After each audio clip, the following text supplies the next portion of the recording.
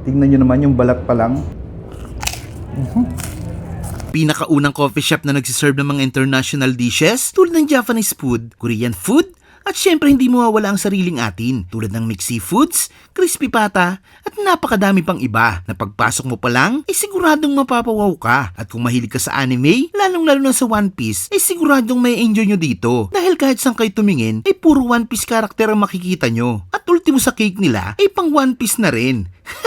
Kaya naman pala kahit bago pa lang sila dito, ay dinadayo na sila. Kung naghahanap kayo ng venue para sa birthday ng mga anak nyo, ay pwedeng-pwede din dito. Maganda, malinis, maliwalas, at napakababait ng mga staff nila. Pwede din kayo mag-picture-picture dito sa may labas. Kaya siguradong uuwi kang nakangiti. At kung usapang food, ay sigurado garantisado na mapapagoods ka sa sarap. Kasi ang mga chef nila dito ay mga professional at galing pa sa mga sikat na hotel sa Manila. Doon pa lang ay talagang solve ka na. Hello po, ako nga pala si Izzy o mas kilalang Baise. Nag-o-offer po kami dito ng mixed seafoods na kasama ang crabs, shrimp, tahong. Fresh na fresh po siya kasi po kami po ang mismong nag-aalaga niyan. Then meron po tayong crispy pata, ebi tempura, California maki, beef salpicao, lumpiang Shanghai, gyoza, pork kare-kare, bibimbap, teriyaki don, katsudon, puto maki at aligi rice platter. Open po kami daily 10 a.m. until 10 p.m. Located po kami sa 924 Manila Cavite Road, Barangay 1, Dalahican, Cavite City, Cavite. Bali, All Blue Cafe. Favorite po kasi ng anak ko na si Jao, yung One Piece talaga. Then, ginawa ko siyang All Blue Cafe kasi si Sanji yung statue na gusto ko.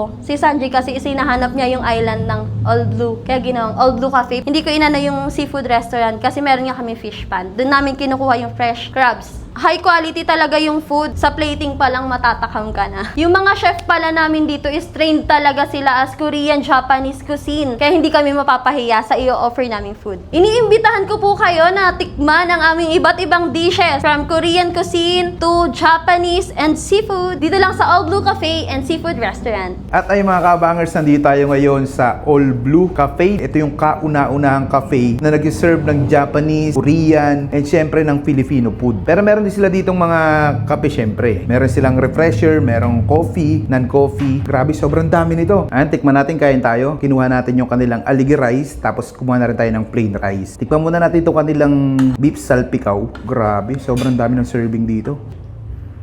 Lagyan natin dito. Kain tayo. Grabe. Sobrang lambot ng beef. Manamis-namis na maalat-alat. Ang sarap ng pagkatimpla. Nadudurog. Sarap. Tikman naman natin itong kanilang lumpiang Shanghai. Grabe, hindi tinipid oh. Tingnan nyo naman. Solid.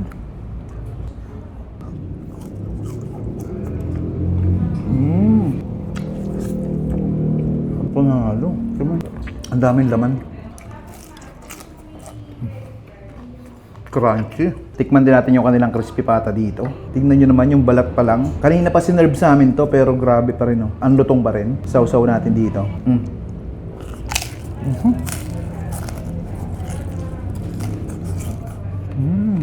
Grabe. Sarap. Tikman natin yung laman kung malutong din. Crispy pata pa lang dito, panalo ka na. Tikman din natin yung isa sa mga drinks nila. Green apple. Daman-daman mo yung flavor, mas matapang yung flavor kaysa sa mga ibang coffee shop. Ito hindi tinipid. Tikman natin itong kanilang aligi rice. Manghanghang, lasang-lasa mo yung aligi. Kahit hindi ka na nga mag-ulam eh. Itong aligi rice lang, goods na to. Tikman natin yung kanilang mixed seafoods. Ang lalaki oh. Grabe, sipit pa lang oh. Kuha tayo ng isang hipon. Tataba ng ano nila dito, ng hipon oh. Ayun, makikita mo yung aligi oh. Malabas talaga. Ang sarap na ito. Parang may kakaibang ano siya, may kakaibang flavor siya. Parang may Chinese spices. Tingnan mo naman yung crabs nila oh. Grabe, talagang mataba, maalige. Itong isang order na ganito, good for sharing na yan. Sarap. Tsaka maganda dito sa mga seafoods nila, sarili nilang alaga. Etong isang order na ganitong mixed seafoods nila, 599 pesos lang. Good for 3 to 4 person na yan. Grabe, dami na oh. Hanggang 5 nga pwede yan eh. Tsaka ang tataba, ang lalaki oh. Sipit pa lang, goods na eh.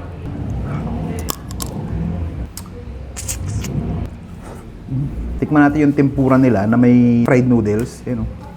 Ang ganda ng tempura nila. Oh. Kainin ko na si Sanji. Natin. Sarap. Try natin yung kanilang putumaki.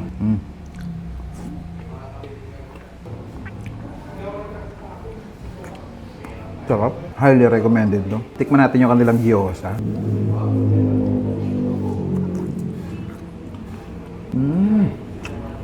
Sarap. Tikman natin yung veggies nila na may kulay pink.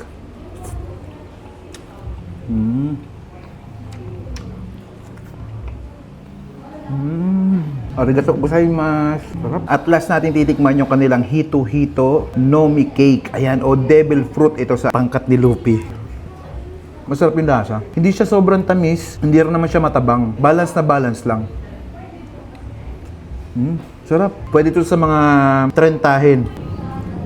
At ayan, bisitahin nyo na dito sa All Blue Cafe, dito lang sa may 924 Manila Cavite Road, Barangay 1, Dalahican, Cavite City. Napakasol dito mga lods. Try nyo yung mga pagkain nila dito. Hindi ka magsisisi. Panalods. Paano? Busin muna namin to. Tikman natin yung bibimbap. Sarap. Strawberry flavor. Solid, sarap. Tikman natin yung kare-kare.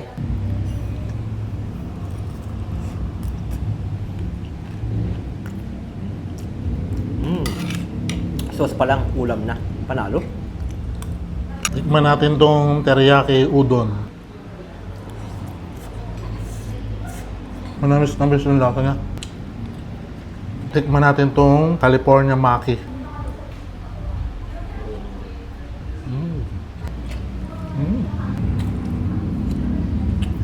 Salted caramel. Sarap na kape nila dito. Tikman natin itong katsudon. Manamis-namis sa lasa.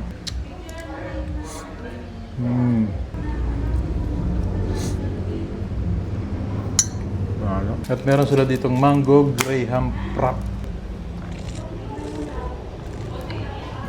Lasa-lasa mo yung fresh mango at meron pa ang kasamang biskop. Solid.